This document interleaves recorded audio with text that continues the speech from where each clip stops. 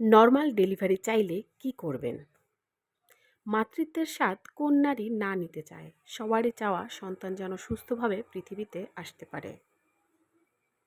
স্বাভাবিক প্রক্রিয়ায় নবজাতক পৃথিবীর আলো দেখুক সব নারীরই চাওয়া থাকে। কিন্তু বেশিরভাগ ক্ষেত্রেই নরমাল ডেলিভারি হয় না। সিজারের মাধ্যমে শিশুর জন্ম হয়।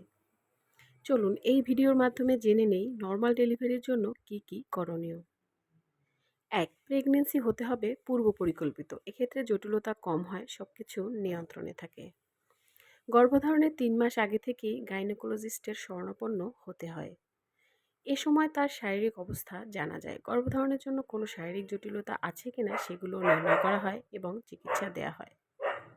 ফলে গর্ভধারণের জটিলতাগুলো এড়ানো সম্ভব হয়। ২. সঠিক বয়সে গর্ভধারণ। মেয়েদের গর্ভধারণের উপযুক্ত বয়স হচ্ছে ২০ থেকে ৩৫ বছর। এ সময় জটিলতা কম থাকে এবং নরমাল ডেলিভারির জন্য সহজ হয়।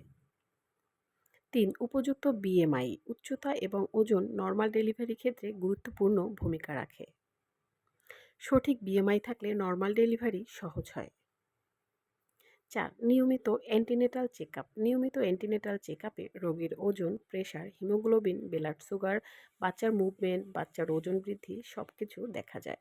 এর ফলে কোথাও কোনো সমস্যা থাকলে সে অনুযায়ী পদক্ষেপ নেওয়া যায়।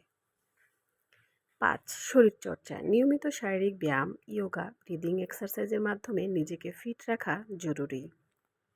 এর ফলে গর্ভবতীরা লেবার পেইনের তীব্র ব্যথাকেও সহ্য করতে পারে। বিশেষ করে ব্রিদিং এক্সারসাইজ, ইয়োগা নরমাল ডেলিভারির জন্য একটি কার্যকর পদ্ধতি। ৬. সুষম খাদ্যাভ্যাস। পুষ্টিকর সুষম খাদ্যাভ্যাসের মাধ্যমে শরীরে শক্তি সঞ্চয় করে রাখা জরুরি। বিশেষ করে হিমোগ্লোবিন সঠিক পরিমাণে রাখা এবং প্রাণশক্তি বজায় রাখা নরমাল ডেলিভারির জন্য প্রয়োজন। ৭. আনুষঙ্গিক রোগ নির্ণয় রাখা। গর্ভাবস্থায় অনেকেরই নতুন নতুন উপসর্গ তৈরি হয়, যেমন ডায়াবেটিস, ব্লাড প্রেশার ইত্যাদি। এগুলো নিয়ন্ত্রণে রাখা অত্যন্ত জরুরি। এগুলো নিয়ন্ত্রণে না থাকলে নরমাল ডেলিভারি করা অনেক সময় অসম্ভব হয়ে পড়ে।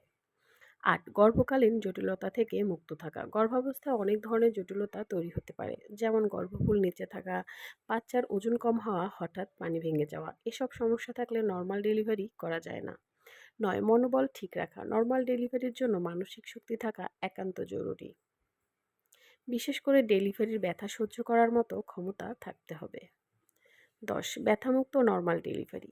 ইপিডুরাল অ্যানালজেসিয়ারের মাধ্যমে খুব সহজেই নরমাল ডেলিভারি করা সম্ভব, যদিও একটু ব্যয়বহুল। বাংলাদেশের বড় বড় হাসপাতালগুলোতে ব্যথামুক্ত নরমাল ডেলিভারির ব্যবস্থা আছে।